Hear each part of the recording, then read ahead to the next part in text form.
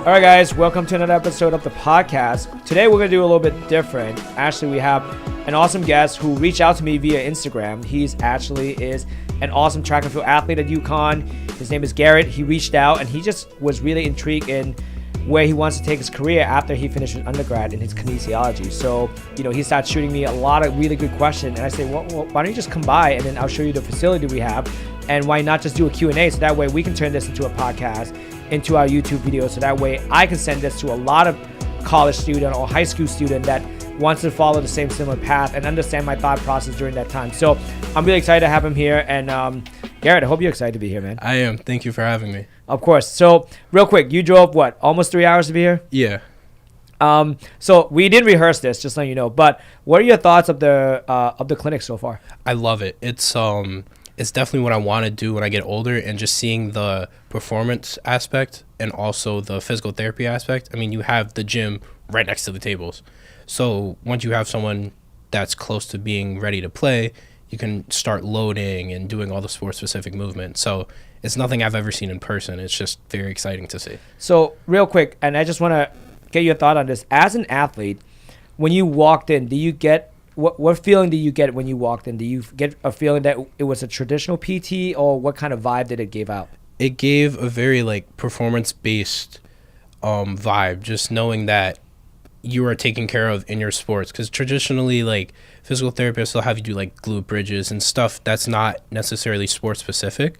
So knowing that, all right, once I'm really at the end of an ACL rehab or something like that, I have the turf right there to go start doing change of direction stuff, or I can go and do squats, different mobilizations to get range of motion back and strength back, versus just trying to do it in body weight in a physical therapy clinic who doesn't have the weight so you can load it. Yeah, I always like to get that perspective, man, because the way we pretty much set up the downstairs setting is I want it to be when someone like you walked in and they feel like, oh man, this is a place for me, something like that.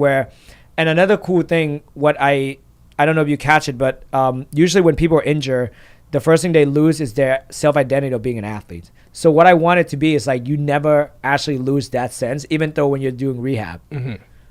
Yeah, that definitely, I told you about my injury history last year, but that was definitely one of the things that was hardest for me, because you can go to practice, but you're not practicing. Mm-hmm. So being in a place where you don't lose that self-identity, especially when you're an athlete, I mean, you only get so much time. High school kids, college kids, that's what they've known since they were 3, 4, 5. So losing that self-identity so early is the mental health part is definitely another thing that you've taken care of with your facilities. Yeah, I think the mental health is something that's not talked about, man. I feel like they talk about it briefly and it just stopped. And then until something bad it's always when something bad happened, and it will come back to the surface again and it will stop.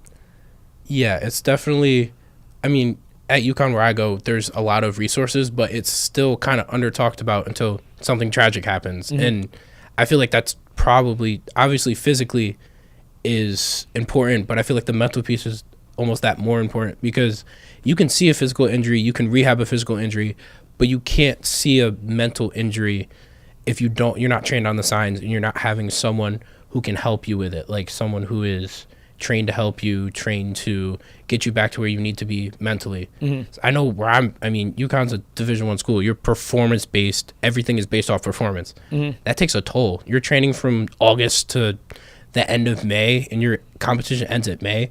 Everything is a performance. Everything's a number. The coaches care about you, but you're a number. You have to get certain points. So I feel like that takes a drain too. And then you get injured, and now you're thinking, oh, I'm letting down my team. My coaches aren't going to like me. And just having those thoughts and then not being able to, go talk to someone is kind of not a good thing. So, and even your scholarship, dude, not to mention that. Yeah, that's why they get you there. Well, before we get into the Q&A, I have more questions for you.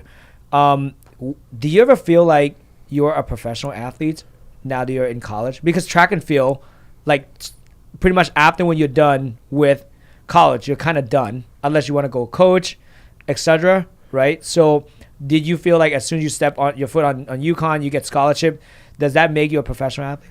I think more so now with the NIL stuff. Yes. So with track, it's kind of different. You can compete post collegiately, but it's more like you're on your own unless you're signed with a team. But yeah, it's more so than high school. I mean, you get top-notch facilities. You have coaches that you didn't have in high school, a strength coach, event-specific coach. I mean, you have athletic trainers, nutritionists, and then with the NIL stuff, now you can make money off your name, image, and likeness. Like, you're basically a professional athlete at this point because you can go get endorsements. You can go get sponsorships. You can make, like, YouTube content and make money off of it and not be penalized for it. So it's kind of one of those things where, like, now, especially at UConn, I mean, we have so many opportunities to learn entrepreneurship as a student athlete through the university that they just, I mean, it's available to other students too, but they have a special division. It's the Worth Institute Championship Labs that is just specifically for student athletes. So the opportunity to learn like entrepreneurship early in college when there's not that high of stakes. Like if I make t-shirts and it doesn't go well, then, oh, well, I lost a couple $100. Like that's okay. But the fact that you can do that now and not lose your eligibility, like, I mean, Johnny Manziel did it. Yeah. He signed a bunch of autographs and then he was ineligible. So the fact that you can do it now and the NCAA is letting you do it without losing that eligibility, I mean, you only get 4 years. 5, 6, depending on COVID, but that's really ending now. You get 4 more years and then the rest of your life not being an athlete. So the fact that you can be a professional athlete, which is, I mean, it's my dream. It's almost every other athlete's dream. So the fact that you can do that stepping on campus, yeah, it's really nice. So as a rising sophomore, how have your mindset shift since you're realizing that with the NIL, you can actually be your own brand, your own professional athlete? Like what have you done differently that you didn't do, let's say as a freshman? I'm trying to build my brand more, trying to reach out to people. There's a couple opportunities I'm trying to pursue to like learn from people who already have brands to try to build like a following on TikTok, following on Instagram, so I can leverage that to go make money. I mean, we're not, as a track and field athlete, we're not making as much as like a football player, a basketball player, something like that. But when you're a Division I athlete, you don't really have time to go get a job during the season. So having that extra like revenue, just like, okay, well, I need to pay for books. I need to make sure that I have enough money. Like if God forbid an emergency happens, I have something to fall back on. So for me, it's just trying to like use my resources. I mean, UConn's such a big university, and with our alumni that we've had there that are willing to help and give back to the university, just trying to reach out and just say like, hey, I know you have a following or you have connections here. Can you help me so I can build my brand? And plus with what I want to do like after college, if I have a brand already, like if my name's already known, then that's better for me. So I'm not starting from scratch trying to build a following. Were you always thinking like this? Yes and no, if that makes sense. So like, yes, I was, because like I wanted to be an Olympian. I still do, if that's what God wants for me. But I wasn't always focused on the brand. I was just more focused on, all right, let me just get as good as I can at my sport, train, school. And NIL was fairly new. I think it got approved like my senior year. So there really was no, like, you could make money while you were in high school, but once you were in college, it was such a thin line, like the difference between like amateurism and professionalism. So I never really towed it. So I didn't want to make like one silly mistake and then not be able to have college eligibility. But now that it's okay, it's more of, I'm not going to make a lot of money off of it maybe, but just enough to be able to support myself in college when I have 20, 30 hour a week commitment from school and sports. I don't have enough time to go out like a traditional student and go get a job. So for me to be able to support myself, support my family type of thing, it's definitely more of my goals with that. I think that's smart, man. I mean, honestly, we literally just met like half an hour ago. I think you're like super grown for your age, and like with all the people that I get to interact with. So like that's like kudos to you, man. Thank you. Because when I was in college, and when I went to Maryland, I was working 3 jobs, right? I was working at a deli, I was working at a bar, and I was doing like some side job then and there. But like those jobs kept me in line and let me prioritize my time even more. With you, you're a professional athlete and also a professional student, right? Because kinesiology, you actually have to take real classes. Oh, yeah. You have to take real science. You know, you're not, no disrespect to communication major, but you're not that, or you're not like a sociology major, where like these are things that you actually need to know your stuff. Yeah. Oh, definitely. It's It was a challenge first semester. I mean, UConn, we take chem and bio first semester freshman year, and then I'm also trying to learn how to be a Division I athlete. So I've always had like the time management thing, but it was different. Like, mom's not telling you gotta go. So trying to keep my GPA where I'm not like coming in and failing, but also trying to, I mean, the physical aspect of we're in fall training. They can beat you up as much as you want because you're not competing. So trying to get through the whole, okay, I'm going through it physically, I'm going through it mentally. I mean, everything was just like overwhelming. But once I got it down, it was kind of just like clockwork. It's just, all right, I know I have to be here at this time. I'm in the weight room, I'm in the weight room. Like compartmentalization type of thing. Like if my feet are in the weight room, all I'm worried about is track. Once I step out, okay, go do that test, go study, go do homework. But just kind of knowing where I need to be when I need to be. If I'm studying, I can't think about track. I can't think about my form because I need to go pass this class. I need to go get that A. And then when I'm in the ring and I'm getting ready to practice, I can't think about that midterm I have tomorrow because then I'm not focused on where my body is. So just trying to get the compartmentalization down, and then also the time management piece it'll definitely help me down the road, but fall semester it was a big change. Yeah, man, they try to wean you out with those classes. I love the advice you just gave. It's like, be exactly where you are. I think that's such a good timeless advice. Like literally, like if you want to be good at something, if you just be in that exact moment, like if you're in class, be in class, right? Don't think about something else. If you're in practice, be in practice.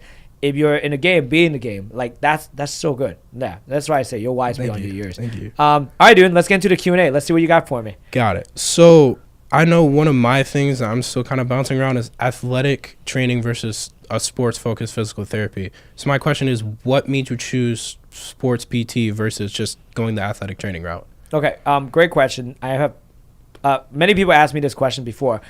The reason I went kinesiology route is back then I was really into working out. I was working as a personal trainer, so I want a better improvement in my craft. So I know like if thing doesn't go well, I can always fall back to be a trainer. Okay. And what I love about being a trainer during that time was I was able to make my own schedule, right? Where on the flip side, with being an athletic trainer, the schedule is not based on me. It's based on what the team needs are, right? So you're at UConn, you know your trainer has to be there before you get there, and it has to be there after you leave, right? So the schedule is it's pretty brutal to be an athletic trainer because you work long hours and you also work on weekends.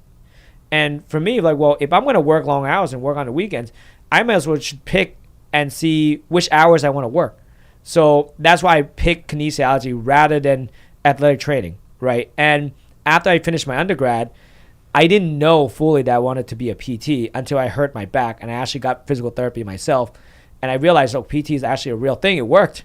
So I was like, oh, it would be really cool if I know how to get people out of pain and get them back stronger, because I already knew how to do that as a strength coach and as a personal trainer. So the one missing thing for me was when people got hurt, I didn't know how to help them. So if I went to school for that, I was like, oh, if I know how to help them when they're in pain, now I already know how to help them when they are out of pain. Then it all just come full circle. And athletic trainer is extremely great at what they do. They do really good job on like on-field management, big injuries, like acute injuries, and we work really well with ATs. But from my path, I just like to have autonomy over my schedule, and I want to have a say what my day look like, and that's why I picked this path instead. Okay, that makes sense. Thank you. That's a big thing I was struggling with because, I mean, being an athlete and a college athlete, you see the athletic trainers, you see that they're working with the athletes, but knowing that you can do that with a sports background and physical therapy and then have your own schedule is kind of great too. Yeah. Same thing as your strength coach. They get to work with athletes as well.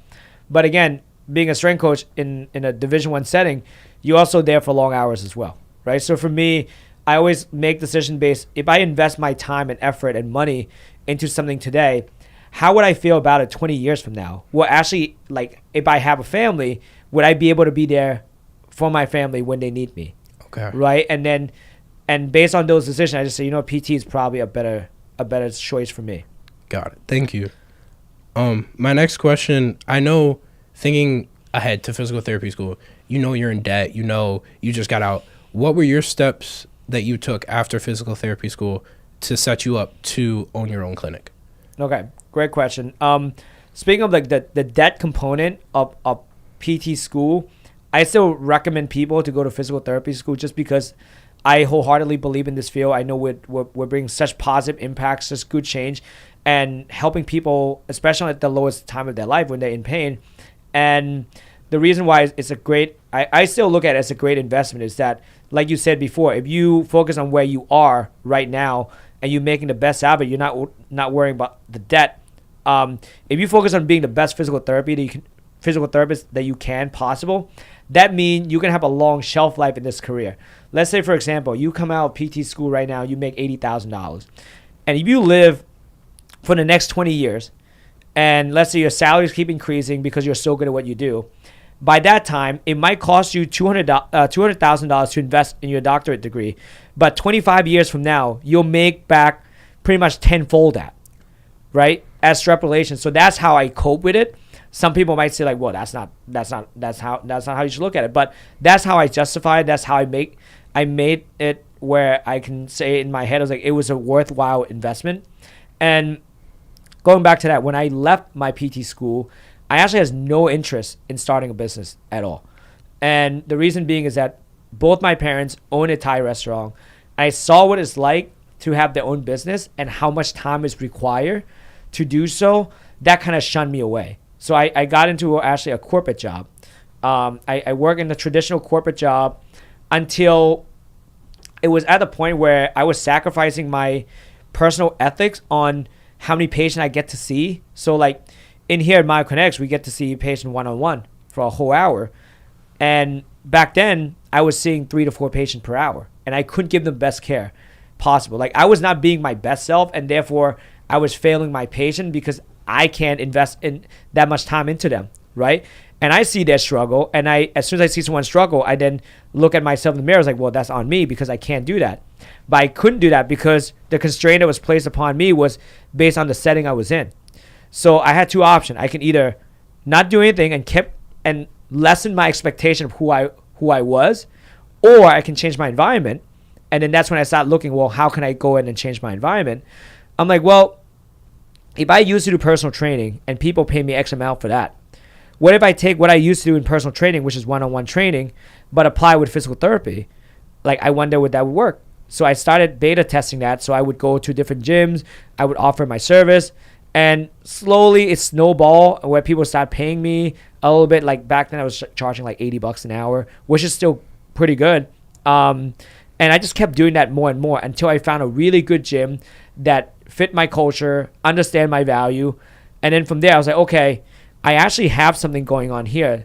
And at that point I was able to sustain enough client lists where I can actually quit my job. So once I did that, I was able to quit my corporate job and start pursuing, my own practice. And not until like a year and a half in where I realized like, well, I can actually turn this into something real, where it's not just me working for myself and me treating a patient. I was like, oh, I can probably help more people if I hire a PT. Maybe there was a PT that was in the same situation that I was, where they were compromising their ethic, their values, and not being able to treat the patient the way they want to treat. So like, what if I hire that PT, prevent them from being burned out, and leave the field completely? And together, now it's me and another person, which you met, Dr. Matt, actually helping more people. Now my impact actually goes up. So I just kept thinking about that. Like, all right, well, who's the next person I can hire? And then next thing you know, like, we have a legitimate business. Got it. All right. So was there a point where you were like thinking financially, could I do this? Oh yeah, all the time, man. Because like when I first started Myokinetix, my wife was, my fiance, who's now my wife, was getting her doctorate at the time. And we were just sharing everything. And majority of the expenses, like, it was on me. So to make that decision, I had to talk with her to make sure that she's okay with me making that decision, because it was a risk for not just for me, but for us. And yeah, I mean, the biggest thing that you will deal with when you start any entrepreneurial journey is, can I make money with this?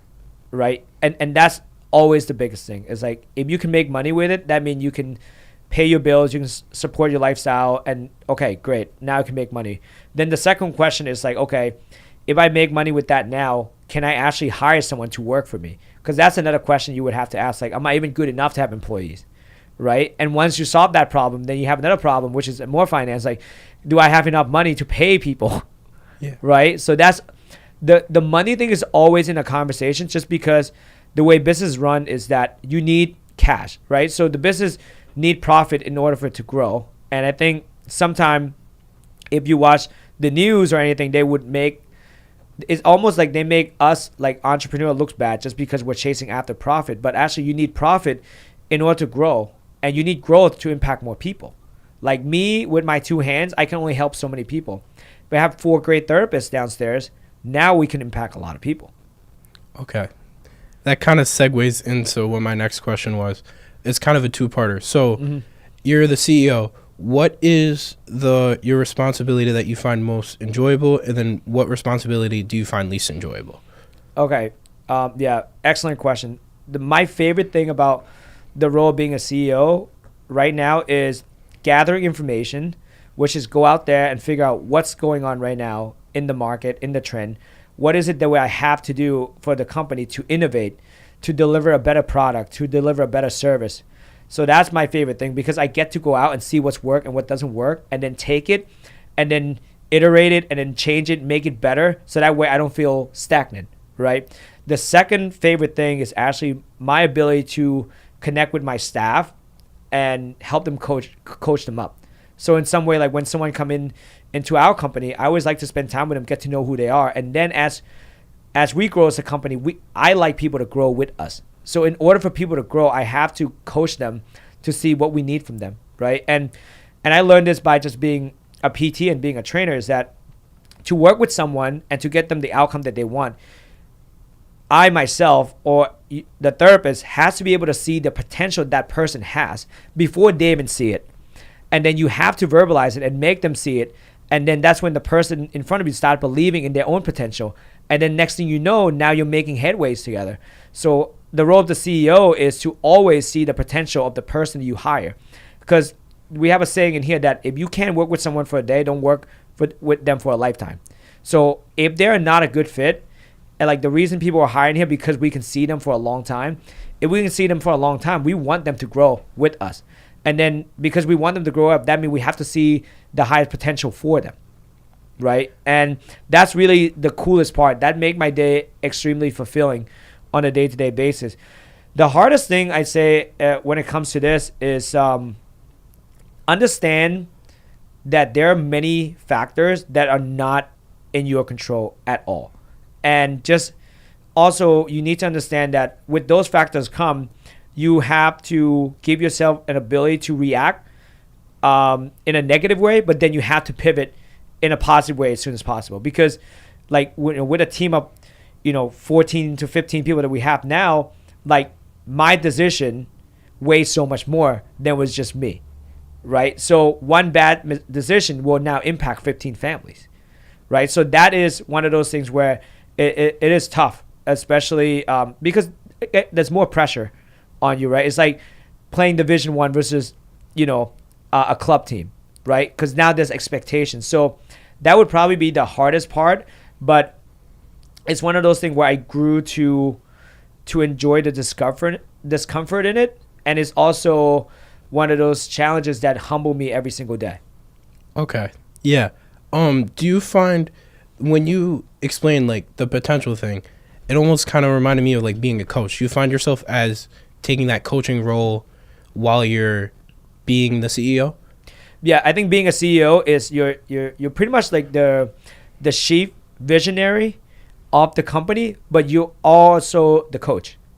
You are like the Phil Jackson of your company, right? Because you have to see who's the right fit of doing something, right? The magic about watching like The Last Dance is you see how great Jordan was, but no one talked about how great Phil Jackson was to have all those stars play together and execute at the highest level, right? So that's the role of the CEO, is to know the vision, to explain the vision, get people to buy into the vision, and then find the right talent to fill the right seat, and then coach that talent up so that way they and you can go execute the vision together. Okay, yeah. That's a great way to look at it for me, just as, I mean, like you said, I'm a rising sophomore, so the thought of being a CEO of a company was kind of like really high up here. Like, I don't know what that means. But thinking of it in an athletic term, like, you're a Phil Jackson, you're Greg Popovich, like, you're just a coach. You also need to see potential, and you need to be able to have that vision of, this is where I want to take it, this is what I need to get to where I want to go, but also know, like, it's on you. So that's a really good perspective. Thank you for that. Yeah, man, it's all ownership, right? If you think about going back to The Last Dance, going into it, like, everyone's talking about how horrible Dennis Rodman was, and he was a wild card, but then it was Phil Jackson that was able to connect with him. They're just like, yeah, we'll just meditate together. I was like, all right, he's gonna go to Vegas, great. Like, when he comes back, I know exactly what to do to get him to perform. All right, so in my next question, I'm a rising sophomore. What advice would you give to a person who's early in undergrad who wants to be a CEO of their own practice, or kind of take the route of performance physical therapy versus just going a regular 9-to-5 hospital job? Yeah, another great question. I think to be a CEO of a company is you have to be a CEO of your own life first. You have to have a say in what is it exactly that you're doing on a day-to-day basis. And what I mean by that is make it more conscious and more on purpose of what you do, right? For example, if you set your alarm clock at 5:45, are you actually getting up at 5:45? And if you are getting up at 5:45, what are you doing afterwards, right? Are you setting true intention of what you are doing on the day-to-day? Because you have to master yourself first before you can master the skill set of coaching other people. If I come in here, I look like a hot mess, and I'm like 50-pound overweight, no way my athlete's gonna listen to me when I tell them, like, here's how they should live, here's how they should move, because I don't look like the embodiment of what I'm trying to preach, right? So if you become a CEO of your own life and your own, your own well-being first, up setting good intention of, like, I wake up, I do this every day, I meditate, I make my bed, and I do all these things, then that gives you a really good foundation, right? That's why routine is so important, and routine give you freedom, because you can just go on an automatic thing, and things are already setting in motion for you. So when bad things happen, when challenges come about, you can always fall back on your routine, and you can trust that, right? So first, you got to master yourself. Second, you look at your life as a storybook, right? And you look at your life like, hey, I'm in a rising sophomore chapter now. Okay, what does that need to do to make sure that the next chapter I'm writing as a junior, I can make bigger impact? And what am I trying to do to fulfill this ultimate version of myself, right? So you can always play this game where, okay, if I were to be a PT, let's say you got 2 more years and another 3 years, so 5 years from now. If 5 years from now you were to be a PT and you want to do performance-based space like I did, and you want to have a facility like this, and you just go, okay, based on my conversation with Natty and what I've seen in his clinic and what he's able to tell me, how would I need to behave 5 years from now? And if I need to behave like that, what sets of action do I need to do right now to get me there, right? And you just start working your way backwards. It's like setting up a PR, right? If you want to PR your back squat, and you say, I need to PR my back squat at 400 pounds. Right now I'm at 350. What do I need to do to get to 400? All right, cool. What I'm going to do is I'm going to make sure I listen to my coach. I follow the program. I make sure I don't overtrain, or I don't undertrain, and I eat appropriately, right? These are small steps that you can take action today that would pay dividend down the road for you. And one big thing that I've learned, and it helped me tremendously, is learn to love delayed gratification, right? You know about that marshmallow test where, like, they have kids in the room. They're like, all right, which kids would take the marshmallow first? If you take it now, you get 1. But if you wait half an hour, you get 2, right? And they always say, like, the kids who wait to get the 2 actually have a way better outcome in life because they learn to delay their gratification. So being able to have something to aim for, which is you 5-year version from now being a doctor of physical therapy, that's delayed gratification because you're putting in the work today, but you don't see the end result 5 years from now, where most people want to put in the work now and then see the result 30 seconds ago, right? Because that's the world that we live in. So if you master yourself as a CEO of your own day, your own routine right now, and you also think about what would the CEO version of me be 5 years from now, and what would that person do to get there, now you can work backwards and you can just take little step that you know is going to pay dividends down the road 5 years from now. Oh, thank you for that. And my next question kind of piggybacks off of that. Financially, as an undergrad student, is there anything I can do to make that financial step of owning a physical therapy practice easier? I think the best thing you can do to make a lot of things easier is invest in your skill set. And because most of the time, like I'll have athletes come in like, hey, I need to make some extra money when I'm in school. What should I do? Should I start an online program? Should I start an online store? This and that. And as an athlete now, you guys have way more deals flow coming to you. And the hardest thing is saying no. It's just say, oh, which one is worth it, right? To me, you can always fall back to that. If the option is always there, don't take on that option yet. Explore other option that is not there. And what I mean by that is explore on, again, if you're looking like a long-term version of yourself, your future self, in order for you to, lead a team of people, you need to be able to speak confidently, right? And in order for you to connect with other people, you need to be able to write. You need to be able to, say the thing and actually deliver on it. So those are skills that you can work on today. So before I started this podcast 2 years ago, I was not really good at public speaking. So I don't know if I told you, but English is my second language because I moved here when I was 12. So like public speaking was always something like I'm really terrified of. So what I did was I made the decision to hire a public speaking coach, right? Because that means investing in my skill set. Because I know that if I were to go and change the landscape of healthcare, I need to be able to speak to people. And they need to be able to understand what I'm saying. And I need to be able to convey my message to them so that way they can be on the journey with me. But if I can't speak, then I wouldn't be able to solve that problem. So I was like, all right, why don't I invest in the skill set right now, which is public speaking, right? So for you, the question would be going back and be like, what skill set do I need right now that I can work on when I'm a student, that as soon as I graduate, I know I can execute and apply that right then and there. So if I were to list the skill set for people who are listening is you need to be able to communicate, right? And communicate in a way where it comes off extremely genuine. So that means you got to learn how to listen first before you can speak.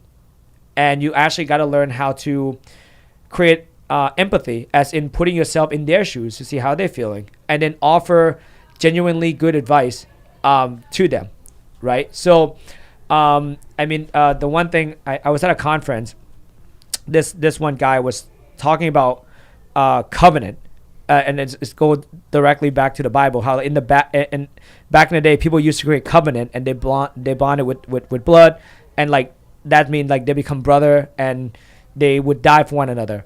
But he go back to say that your words is your covenant. So whatever you say, that should be a bound contract with what you're actively trying to do. So if you can work on a skill set where you can communicate effectively, and then work on the skill set where you can actually deliver on those promises, whatever those skill set might be, then it will actually put you on a good path, right? Because now, if you were to reach out to one of the alumni and you say, hey, I'm looking to build my own social media following. I want to help athlete X, Y, and Z that's just like me by doing X, Y, and Z. And they say, great, here, let me show you how to do it. And you don't go execute on it, now your word doesn't mean anything, right? Another skill set you can embark on right now is thinking about what problem you faced in the past, and if you were to face that problem again, how would you solve it knowing what you know now? Because what that does is create constrained thinking in your brain, and that's how you actually provide value. Like the whole journey of my life has been, hey, what problem am I facing right now in the PT world? Well, let's see. Patient not getting treated well. Athletes are not being treated like athletes. Okay, what do I need to do? All right, I need to spend more time with them. So I solved that. If I spend more time with them, what am I going to do with them? Oh, I need to teach them principle of strength conditioning. Great, I can solve that. Okay, what else? Oh, I need to create a really good environment for them to feel like at home. And that way they don't lose their identity as an athlete. Great, I solved that. So if you go into communication, constrained thinking, and then you go based on what problem you see that have not yet been solved and how would you solve that problem, that will also give you another list of what skill set would you need to solve those problems. Oh, thank you for that. Kind of piggybacking off of that, I told you how I wanted to build a following. Mm-hmm. How did you tackle that before you had a media team? Just the getting over the public speaking fear, or just putting yourself out there to build your following to up to what you have now? Yeah, it was tough for me, man, because I definitely don't like to put all the stuff out as much. But then what I realize is I go back and I try to think about like, what am I doing it for? Am I doing it to impress a certain group of people, or am I actually doing to serve a group of people? And I go back, well, I'm doing to serve people. And if I were to serve people, how would I serve them? I say, oh, I have to serve them by just giving them some really good advice. So I would just record videos thinking and talking like someone was in front of me that I could actually help. And I just do that every single day. That's why I would go back to the last segment was, if you know someone that you can help and you have the solution for that problem, create content like you were talking to them, right? Because all it is to create a following means that you just have someone that trusts in your message, understand your journey, and they genuinely like you because you are genuinely there to help them. And that's how you create a good following. It's not like a vanity status where like it's not like you and I, we're not like the Kardashian where people are just following us because like we're doing all this cool stuff. We're not influencer, where I think some of the cool people that I follow, like they genuinely care about their followers and they want the followers to win. I think that would be a great way to start. It's like, how would I, if the people that follow me right now, how would I help them win today, and how would I help them conquer the problem that they have? Okay, thank you. Just a kind of final wrap-up question. If you were to start over from undergrad, take the same path, would you change anything? What advice would you want to know? What would you do differently if you had the chance to start over? Another great question. What I would do differently, I would definitely watch YouTube more to grow my other skill set. I think I kind of did that in some way where I was working at like different setting, like working at deli, working at like at a bar as a bar back, like where I get to communicate and talk to people. But what I would do is I would invest in my learning even more. I would be less distracted and more intentioned with what I do on a day-to-day basis. But granted, like I would also find time to also enjoy life at the same time as well. That's a huge thing. As far as like all my struggle and all my challenges, I wouldn't change anything just because it made me who I am today. The one thing, like I said before, is I would probably try to connect with, I would find mentor a lot faster. If I have a clear path like you did, I would seek out mentor, whether, again, these can be like mentor that you don't have to pay for. These could be people who you follow on YouTube, on Instagram, on Twitter, right? Because these are like assigned mentor. Like, I mean, like, I would say Elon Musk is one of my mentors. He doesn't know he's my mentor, but I follow his stuff. I listen to all his thing, right? So these are things like, and like you, in the book Think and Grow Rich, Napoleon Hill talked about this concept of having an invisible counsel that you can actually call. Like, so you can like, in his book, he's like, yeah, I have Henry Ford as my counsel. I have like Dale Carnegie as my counsel. Like, but these are people that are already dead. And he just kind of played in his head like, well, if they were to be my counsel, how would they advise me based on this, right? That's what I would do more, is force myself to think in that way where I don't have to do this alone. And I'm also the kind of guy that asks for direction for everything. And my wives get extremely embarrassed. It could be anywhere. We can be in the grocery store. I was like, hey, where's this? She's like, why don't you just look for it? I was like, because I don't want to waste time. If there's someone out there that already know where it is, why wouldn't I ask? And that would be my advice to my younger self, is like figure out what you want, find a mentor, find a roadmap, and develop the skill set to help you get there.